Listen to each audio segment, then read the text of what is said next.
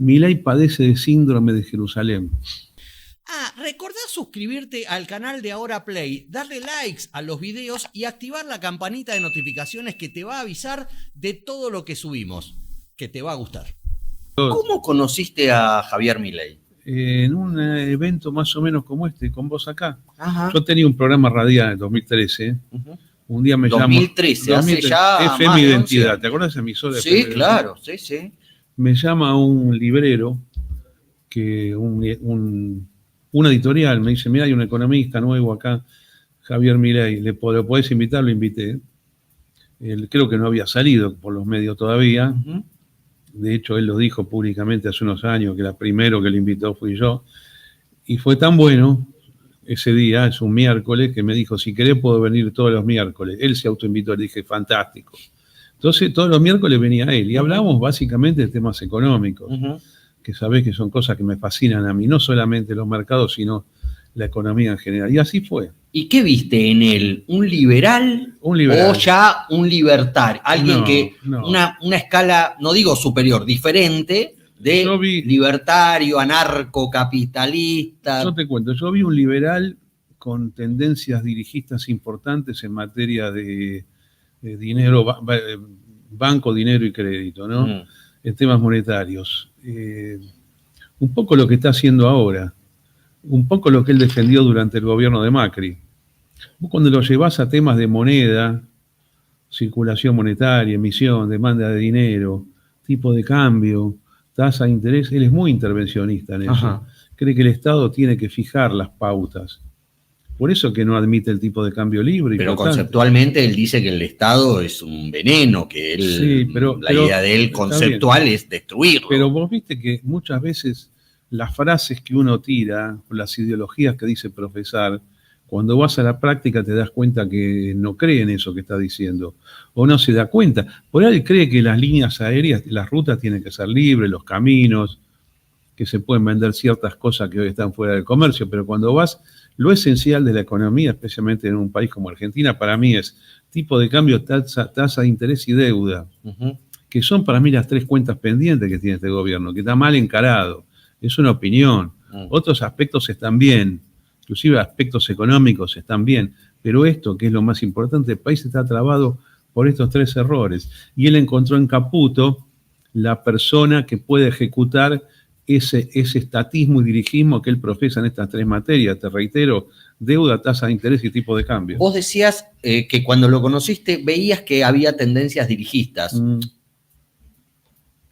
Preanunciando un poco lo que hizo, lo que está haciendo de que es presidente. Ahora, durante mucho tiempo, vos lo acompañaste a él y bancaste y pediste el voto, y de hecho vi algunos posteos tuyos que considero genuinos donde decís, perdón, lo lamento. Sí. ¿Y por qué ya veías ciertas tendencias dirigistas que van también en contra de tu idea? Sí, porque yo conocí. Porque vos te considerás liberal, y sin embargo bancabas claro, eso. Eso tiene una explicación política. ¿Lo ibas a convencer, no? Eso tiene una explicación política, mira. Primero, cuando yo descubrí estas tendencias dirigistas de él, son años 2014 y 2015, muy confirmadas con Macri. Él bancó el plan de Macri. Después, obviamente, que tomó distancia porque fracasó. De hecho, su relación con Sturzenegger viene de haberlo bancado en ese 2016 y 17, pese a los errores gravísimos del Banco Central que dirigía Federico Sturzenegger. Después, cuando él se lanza a la política, que es en 2020, yo empiezo a escribir a favor de él. Sí. Y después ahí es donde me llama, y bueno, gracias por apoyarme, dame una mano, me pidió que le maneje algunos actos. Ahora, ¿por qué alguien puede tener un recuerdo dirigista en una materia y lo mismo bancar al candidato? Porque siempre está la esperanza de que con una llegada al gobierno finalmente deje de lado las cosas negativas, especialmente porque él sí evolucionó hacia un discurso libertario que no tenía cuando yo lo conocí hace 11 años. Entonces, esta es la gran razón por la cual uno dice, bueno, yo estoy acá en un ámbito político. Vos cuando estás en un ámbito político, no es que hay un programa escrito punto por punto con todo lo que va a pasar, eso se va viendo sobre la marcha. Él podría haber adoptado otro plan económico acá y yo haberlo no criticado. Si él liberaba tipo de cambio el 10 de diciembre y se retiraba el Banco Central, viste, de remunerar dinero, ahora lo hace la tesorería, Sí. solamente con esas dos medidas hubieran merecido mi aplauso total, a pesar de todas las críticas que yo hice de él, pero no lo hizo, adoptó el camino estatista. Ahora, vos no solamente hiciste campaña, sino que planteaste algunos conceptos que eran muy propios de lo que era ese inicial movimiento libertario que muchos no tomamos muy en serio. Yo no lo tomaba. Sí. No es que no lo tomaba en serio, me parecía que no tenía mucho destino. Vos hablaste incluso de superioridad moral de Milei en tiempos donde... Y entonces, ¿qué pasó? Que de repente todo eso se rompió, estalló. ¿El tema mío con él? Sí.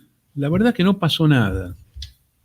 No pasó absolutamente nada, pero a mitad del 2022, Es decir, ya había era diputado. Ya era diputado. Era diputado. Había conseguido una banca, no había ganado, pero había conseguido la banca en la ciudad de Buenos Aires. Una banca con 17% de los 2021. votos, son dos bancas que para la Cámara de Diputados, 5 para la legislatura. Sí. Y por alguna razón, el entorno de Milei, o sea, la hermana, que es la que maneja todo, Karina Milei, hizo saber Coincidí que... con Macri. Hizo saber que... Bueno, Macri lo que pasa es que lo descubre 2 años tarde. Sí. Hizo saber que yo no debía estar ahí. Yo lo consulté con Milei y dice, no, nada que ver, vos estás acá, todo, pero cuando vos ves señales diferentes de eso, a Macri le hace lo mismo. Habla con él, sos muy importante acá, pero en definitiva lo bloquea. Macri hizo público hace unos días lo mismo que yo dije hace 2 años con respecto al entorno de él. El entorno es él en realidad, es él y la hermana, son los dueños de este negocio político. Entonces yo dije, yo acá no tengo más nada que ver, ahora lo voy a votar por razones de lealtad ideológica histórica en la medida que no arregle con Macri. Yo inclusive el año pasado lo voté en las PASO y en primera vuelta. Cuando arregló con Macri, cumplí con lo que yo había hecho, dijo, no lo voto más. Para mí, te digo la verdad, no es nada grave esto. Yo no tenía una vocación de cargo público ni nada, estaba colaborando de onda. No solamente rompiste con Milei, al que votaste en la PASO y en la primera vuelta, sino que en el balotaje pediste el voto para Sergio Massa. Exactamente. Bueno, es lo que yo siempre dije que iba a hacer. Si arregla con Macri, yo estoy afuera. Pero podrías haber votado en blanco, no sé, o pedido el voto en blanco. No, decidiste votar por Massa, con el que ya te habías visto cuando fue ministro de Economía y donde siempre capeó. Yo lo conozco a Massa desde que tiene 18 años. Acuérdate que estábamos en el mismo partido. Y que capeó además, claro, él también empezó en la UCD. Exacto. Como tantos, como Vudú y como tantos. Pero capeó siempre la idea de que vos eras masista, de que vos te habías acercado a Milei como parte de la estrategia de Massa de apoyarlo a Milei, no solamente desde lo espiritual. Eso Pagni dijo eso, pero es un error eso. No, yo te voy a decir la verdad exactamente tal cual sucedió. Te escucho y por eso estás invitado. Yo no era un delegado de Massa en el mileísmo, jamás fue eso. Yo lo voté a Massa en el 2015. ¿Te acordás que fue candidato propio? Sí, claro, sin alianza y nada fuera más, fue un voto eso. Ahora yo, cuando voto, fundo el voto. Entonces hago campaña como un mero ciudadano, que es lo que hice en el año 2015. La relación de Milei con Massa, yo no tuve nada que ver en eso, pero es real desde el 2019. En el 2019, el peronismo, los pensantes del peronismo, dicen, ¿cómo nosotros podemos volver a ganar en el 23? ¿No? Especialmente con un gobierno que no pintaba bien, que es el de Alberto Fernández, ahora ha caído. Y la derrota del 2021. Y la derrota del 21. Claro. Dice, ¿cómo podemos ganar? Hay una sola manera de ganar acá, que es quitarle a Juntos por el Cambio un 15 a un 18% de los votos propios. Tenemos que crear un tercer elemento. Yo no te estoy diciendo con esto que a Milei lo creó Massa. No. Al revés, acordate que estaba Espert. Correcto. Espert tenía diálogo con Massa. Sí. Después cae Milei, después se separa de Espert. Pero de ahí viene la banca del peronismo a Milei. Es una banca que fue Sí, de estrategia política. En todo, pero en todo, Sí. que le dieron partido político, chapa, otras ayudas importantes. Sí. Yo las considero normales. Ahora Pagni escribió un día, y lo dijo también en la FURP, que yo era el intermediario, inclusive que yo le llevaba plata. Bueno, esto es falso. Si es verdad, no tiene nada malo. Yo te digo, para mí son cosas normales de la política, pero no es así. Ahora, yo tampoco tenía conocimiento de esa relación. No es que a mí me cantaban los dos, estoy haciendo tal negocio, ni Massa ni el propio Milei. Milei lo escondió eso y Massa también. Ahora se sabe más que fue una estrategia que al peronismo le resultó fallida, que salió mal para el peronismo esto, ¿no? ¿Cambió mucho Milei desde que vos lo conociste esa primera vez que lo invitaste a FM Identidad lo incorporaste a tu equipo de colaboradores una vez por semana? Y después lo frecuentaste. Bueno, y después empezaste a tener charlas políticas con él o de proyección política. Siempre hablé con él en esos tiempos. Sí. Porque después del programa hacíamos lo que hace normalmente la gente, un periodista. Vamos a un bar y seguimos hablando. ¿Era el mismo Milei que vino después? No. Era un ideólogo económico, una persona intelectual, con aciertos y desaciertos para mí, pero no tenía un objetivo político. El tema político yo creo que él lo va armando, lo va pensando en la época que tiene una obra de teatro. Él tuvo una obra de teatro sumamente concurrida. Sí, Consultorio Milei, el consultorio de Milei. Sí, que actuaba Karina Milei también. Claro.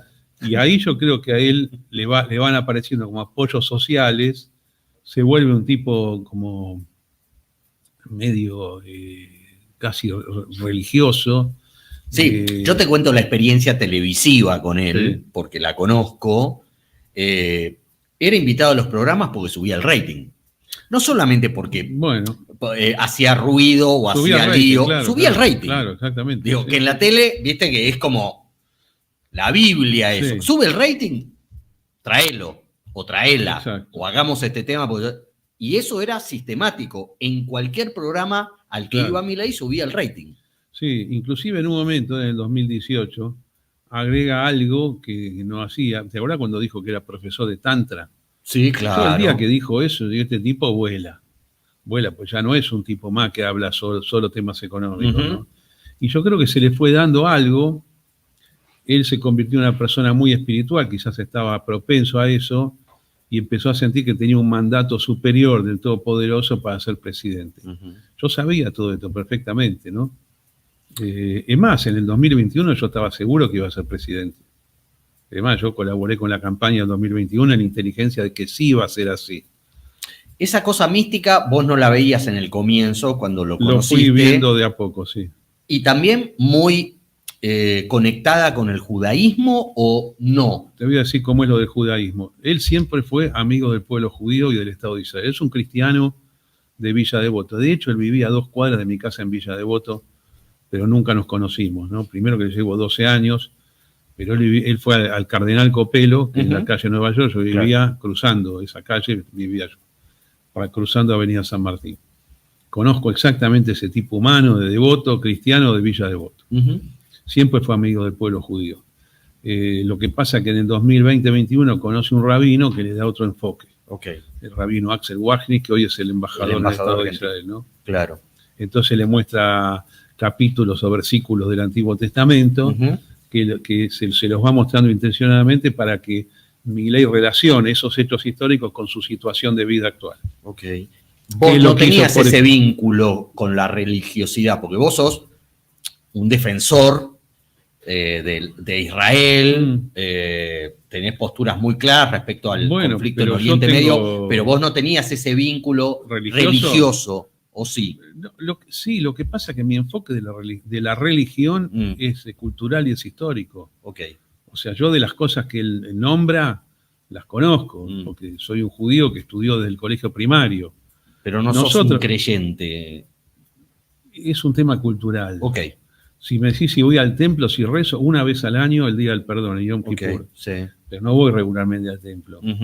Pero no importa eso, vos podés ser judío de múltiples maneras. Pero eso no fue un puente entre ustedes tampoco. No, pero hablamos muchas veces sobre historia judía, sobre historia del Estado de Israel en el siglo XX. Hemos tenido esos diálogos. Siempre se mostró él afín a nuestro pensamiento. Ujú. Lo que pasa es que la parte mística religiosa es más reciente. Tiene 3 años. Ok. ¿Y a vos eso te llamó la atención o ya veías a alguien proclive a abrazar esa cosa muy fuerte mística? Lo hemos visto llorar Sí, en el Muro de los Lamentos, sí. casi desconsoladamente. Me llamó la atención, pero es una cosa previsible. Ok. ¿Por? Te voy a decir por qué. Mirá, los cristianos cuando van a Jerusalén, van a Israel y van a Jerusalén. Los que van por primera vez no saben lo que van a ver. Tienen aproximaciones. Uh-huh. Mirá lo que les sucede, los que conocen el Nuevo Testamento. La educación cristiana en general, tanto la católica como la evangélica, te hacen leer el Nuevo Testamento y hay lugares, acontecimientos históricos, desde el mar de la Galilea, la multiplicación de los peces y de los panes, el monte de la bienaventuranza, la boda de Caná, Belén, Nazaret, que uno dice, vos le preguntás a un chico del primario, secundario, universidad, un cristiano, ¿dónde queda esto? Ni saben. Uh-huh. Van y salen, encuentran los lugares a donde esto sucedió. Van a la ciudad vieja de Jerusalén, ven el Muro de los Lamentos, y vos le decís, acá estuvo Jesucristo en el evento de los mercaderes, ¿viste? Cuando echan los mercaderes del templo, porque en realidad eran cambistas, por eso fueron despechados, porque no había tipo de cambio libre, es una cosa rarísima. Caminás 500 metros, estás en el Santo Sepulcro. Lo que yo tengo verificado, que este tipo de cristianos, al tercer día que están ahí, empiezan a sentir cosas especiales. Algunos entran en una situación espiritual muy avanzada y padecen, entre comillas, de algo que en Israel se investigó, que se llama el síndrome de Jerusalén. Es decir, el tipo que lo vio eso a la distancia, lo ve en real, o lo ve en real y por primera vez y no puede creer lo que ve. Uh-huh. Entonces ahí es donde se va involucrando, cosa que no nos pasa a nosotros los judíos si es que estudiamos esto de chicos. Es algo como normal y habitual, que yo camine del Muro del Lamento hasta el Santo Sepulcro, o que suba al monte del templo y vea las 2 mezquitas puestas hace 1000 años. ¿Entendés? Entonces, esto es lo que le pasó a Milei. Milei padece de síndrome de Jerusalén. No importa. Y eso a veces te puede hacer que la realidad la veas un poco distinta de lo que es. Tiene un gran punto a favor, sí, que va a ir contra todo el mundo. No es que se puede deprimir, pero él, viste, recurre a las Sagradas Escrituras y entonces toma ejemplos de ahí. Mirá lo que pasó ¿te acordás la ley ómnibus, la primera? Sí. Bueno, viste que tuvo mucha contra la ley ómnibus. Primero ellos la recortaron por adentro, pero el 1 de marzo, viste que el 1 de marzo es el inicio de las sesiones ordinarias. Sí, a la mañana temprano publica un texto en hebreo, sin dar mayor explicación. Yo lo leo a la mañana, yo conozco el texto, es el Éxodo, el segundo libro de la Biblia, y dice, Moisés baja del monte Sinaí, se encuentra con la insurrección de su hermano, con el becerro de oro, y rompe las tablas de la ley que le dictó Dios en el monte Sinaí. Publicó eso. A la mañana temprano de ese primero yo dije, listo, Milei anuncia que retira la ley ómnibus.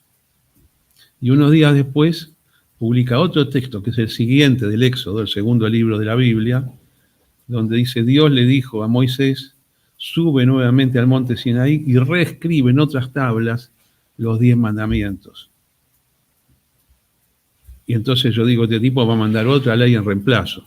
Obviamente él no sabe hebreo, ni conoce la fuente, pero el rabino que tiene, que hoy es el embajador, dice, tomá, publica esto. Claro. O capaz que se la manda y para impresionar publica eso. Esto es propio de un individuo que se siente que es parte de una historia y que se inspira en viejos profetas o líderes, estamos hablando de 3.200 años atrás. Moisés es 3.200 años atrás, esto pasó. Esto es lo que le pasa a Milei, en materia espiritual, cultural, histórica. ¿Y a vos eso te preocupa? ¿Te resulta indiferente? No, me resulta llamativo, me resulta casi te diría gracioso. Lo explico con el síndrome de Jerusalén. Un cristiano que está descubriendo al pueblo hebreo, con el cual siempre tuvo excelente onda, pero bueno, llama la atención. ¿Cuándo No es? hay una conspiración, obviamente. La ultraderecha argentina No. cree que hay una secta. La bueno, ultraderecha, toda los esa- nazis, Bueno, todas esas cosas los son antisemitas. todas cosas que no tienen ningún sentido. Yo hablo con algunos derechistas, le dije, escúcheme, no es lo que ustedes están pensando. No es ni una secta, Jabal Lubavitch, ni hay nada por atrás, ni nada. Esto es la explicación que yo tengo de por qué Milei en estos aspectos reacciona de esa manera. ¿Es transparente Milei? ¿Es esto que vemos? Aunque cambie, todos cambiamos. La verdad que... Sí, digo, es esto, con sus aciertos y con sus claro, errores. es bastante más transparente de lo que estamos acostumbrados de líderes políticos, ni te digo presidentes. Que, viste, estamos teniendo muchos ejemplos de doble moral, de doble vara, de hipocresías. Pero Milei pareciera ser más transparente. Cuando se contradice, cuando cambia de opinión, cambia de opinión. Sí, ¿Es así. cierto? Yo creo que es así. No es una actuación.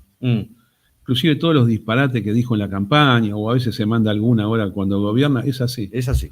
Sí. No es algo que está preparado. ¿Por qué entre los disparates, que uno de los preferidos es ir contra los críticos, periodistas, empresarios, economistas, ¿por qué vos no caes en la volteada? Bueno. Siendo que sos muy crítico. Bueno, ¿Por qué tanto crees? mi caso como el de Giacomini, Sí. yo creo que decidió no nombrarnos nunca. ¿Por respeto, por miedo, No, por bueno, ignorarlo? Bueno, algunos tienen la teoría de que nosotros le recontestaríamos y él no estaría dispuesto a mantener un debate público así. Obviamente, ninguno de nosotros, ni Giacomini ni yo, nos creemos importantes, simplemente opinamos como ciudadanos. Lo mismo pasa con Carlos Rodríguez. Es como que la gente que él tuvo muy cerca, que lo conoce bien, él no quiere discutir. Sí puede mandar a los operadores para que difamen. Sí, o los manda él o los manda a alguien más. Alguien más. Ahora, yo te cuento, todos estos tipos que nos difaman, salvo los que son inventos, trolls o máquinas, los conocemos a todos, eran amigos míos, ¿entendés? O sea, eran muy amigos de verlo 4 o 5 veces por semana, ¿no? Te hablo de los años 2020, 21, 22. El gordo Dan, ¿viste? Ese es un Parisini, claro. Parisini. Claro. Romo, todos es gente que yo Carrera, conozco muy bien. todo. Sí, todo. Ahora se han enojado conmigo, bueno, no es mi culpa que hayan decidido esto respecto de mí, ni tampoco es mi culpa que Milei está haciendo cosas que no se corresponden con lo que yo creo que es una política correcta, ¿no? ¿Y vos crees que toda esa patrulla digital lo hace para proteger al presidente, porque creen que lo protegen así, o porque además, en algunos casos son funcionarios, y a vos no te pasó nunca ser funcionario, pero a veces llegar al Estado y tener a disposición teléfonos, autos, viáticos, sueldos, plata negra de fondos reservados. Hay gente que se la cree esa, sí. Digo, a veces... Sí, no, para mí es una boludez eso. Yo no fui funcionario, yo fui legislador de la ciudad. Sí. Pero me parece que, bueno, lo que yo siento con la función pública es una función pública, es un servicio a los demás. Te tiene que gustar el servicio. No son más importantes que los demás. Pero bueno, ellos actúan de esa manera. Y cuando vos ves a Parisini pidiendo públicamente como Gordo Dan en la cabeza de algún ministro, de algún secretario, de algún subsecretario, ¿te hace ruido decir, y no, daba todo el perfil, toda esta muchachada daba ese perfil para hacer estas cosas? Eso lo hace con autorización de Milei directa. Ok. ¿No te parece que está Cerimedo ahí, Santiago Caputo ahí? No. ¿Te parece que es directamente bueno, voltear un ministro, un secretario de Estado, yo no creo exponerlo por las redes. Yo no creo que Parisini se juegue solo. Él debe haber consultado, che, ¿qué hacemos con este tipo? Y Milei debe hacerlo mierda. Milei directo, o quizás Santiago Caputo. Es inimaginable que actúe solo él.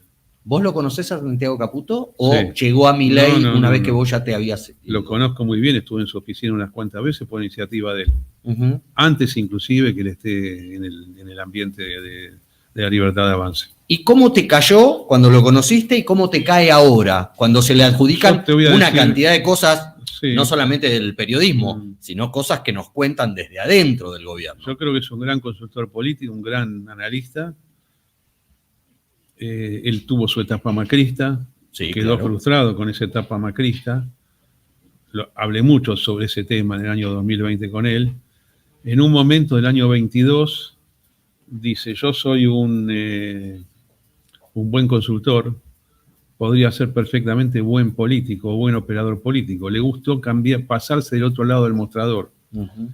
En este pasaje del otro lado del mostrador tiene lo que pasa con mucha gente recién llegada a algo, que dice, mirá dónde estoy, y soy importante. Entonces abusa del poder, desde fanfarronadas en los balcones de la Casa Rosada fumando, Uh-huh. hasta la utilización de nicks en Twitter, que sabemos que es él. Uh-huh. De hecho, él dialoga conmigo a él.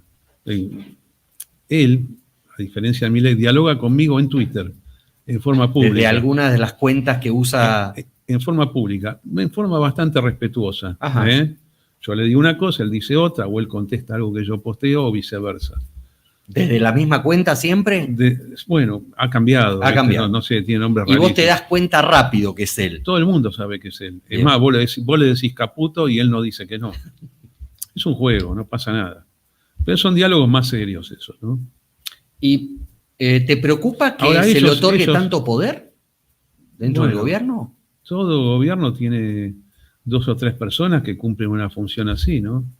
Desde el caso más extremo de López Rega con Perón y con Isabel Perón en el 73, 74 y 75, hasta casos, no sé, como Aníbal Fernández en algún momento con Cristina Kirchner. Uh-huh. O Marcos Peña. O Marcos Peña, siempre hay alguien de eso. Pero mirá, la incineración de los opositores que ellos hacen es muy interesante. Ellos son lo contrario de la escuela Larreta. Larreta es una escuela de acuerdo político. Totalmente. Esta es una escuela intencionadamente de desacuerdo político. Además, ellos se setearon para el desacuerdo político. Es como si el gobierno fuese la campaña misma. Entonces, bueno, se van a tirar contra el que se tengan que tirar, aunque haya sido aliado de ellos. Uh-huh. Cualquiera que vean peligroso lo van a tratar de aniquilar. Y de todas maneras, también lo contrario. Incorporan a aquellos que podrían considerarse opositores a ellos. Scioli. O el propio Guillermo Francos, que hasta ayer era el designado por Alberto Fernández en el BID. Es muy gracioso. Por iniciativa de Gustavo Vélez. El tema de Francos es muy gracioso. Yo lo conozco hace 40 años a él. Me imagino. Del Partido Federal, ¿no? Claro. Es más, el viejo Partido Federal de Manrique. Mi periodo como legislador de la ciudad coincidió con el de él. Integramos las mismas comisiones, Hacienda, Interpretación. Me llevé siempre excelente con él. Ahora me da mucha risa porque algunos lo ven como peronista. Él en realidad, sabés que ese es un pan radical. ¿Te acordás Alfonsín que había armado una especie de sectores no radicales pero adscriptos? Totalmente. Además, él armó la lista en el 89. Había 2 listas de Angelós que pelearon contra Menem. Una era Angelós Guzmán, Angelós Cristina. Claro. ¿Sabés quién armó esa? Francos. Juntó todos los viejos partidos provinciales de la FUFEPO y dijo, hacemos una para quitarle votos. Por eso la pusieron a María Cristina Guzmán. Exactamente, por eso. Jujeña, hija de Guzmán, el caudillo pan radical, digamos, de la década del 60. Eso es Francos. Francos es un buen funcionario, la verdad que lo ha salvado a Milei con esto, pero es eso, es un operador político. Es una persona que le gusta estar en la función pública, estuvo mucho también en la actividad privada. Pero sí, claro. Y Franco reemplazó a Pose. ¿Lo conocías a Nicolás Pose? No, cero. ¿Te sorprendió que lo tiraran por la ventana de la manera de cómo lo hicieron? No solamente que lo tiraran, sino cómo lo tiraron. ¿Cómo lo tiraron? No, para mí no. No sé qué cosa incumplió, si se afanó algo, si lo pasó por el costado. Hay mucha gente, parece que hizo algo con los servicios de inteligencia, espiar gente. Él dice que no. Bueno, a él lo acusan de haber espiado ilegalmente a Karina y a Santiago. Está bien, es un problema. Y él dice, no, me echan porque no quise hacer espionaje ilegal como ellos me pedían. Bueno, fue raro cómo lo echaron. Íntimo amigo de Milei durante años. Sí, y el que armó la burocracia del Estado, del desembarco libertario en el Estado fue él. Mira, hay mucha gente que se vuelve loca con los servicios, ¿sabes? Políticos que llegan y lo único que quieren hacer es qué cosa está hablando tal o cual. Sí, exageran. Es una tentación, ¿no? Sí, a mí, yo la verdad te digo, yo en un cargo así, no escucharía opositores. Porque no necesitas, vos deducís más o menos lo que hace cada uno. No hace falta Watergate. Esto es lo que te digo. ¿Y cómo te cae que Caputo igual pida... creo que no tenía idoneidad para el cargo. Okay. OCE. Una cosa es dirigir una empresa, otra cosa es jefatura de gabinete, que es una función política. Son dos cosas distintas. ¿Cómo me cae quién? ¿Cómo te cae que Santiago Caputo pida 100 palos verdes, 100.000 millones de pesos para reforzar la CIDE en esto de los servicios, de lo que vuelven locos los servicios? Las cosas que se cuentan desde el propio gobierno, alguna gente que no quiere a Caputo, admito, sobre las cosas que hace Caputo con los servicios de inteligencia, reuniones afuera, primero en la rural, ahora en la reserva ecológica, porque no quiere que lo escuchen. ¿Cómo te cae todo eso? Lo analizo, no lo condeno desde el punto de vista moral, pues yo, digamos, me considero una persona de la realpolitik. Yo te digo, estas cosas pasan. Yo no lo haría. No me gustaría exponerme una crítica de la opinión pública que diga 100.000 millones de pesos de fondos reservados que son discrecionales. Pero bueno, ellos eligieron ese camino. Y casi te diría que son como medio canchero. Mirá lo que hago. Me consigo 100.000 palos que no tengo que rendir cuenta a nadie, ¿no? Y no sé, pagarán gente, qué sé yo, gastarán, se quedarán con algo. Esos fondos reservados tienen esa finalidad. Algunos dicen que jurídicamente son revisables, que en realidad tenés que rendir cuenta. En la práctica no es así.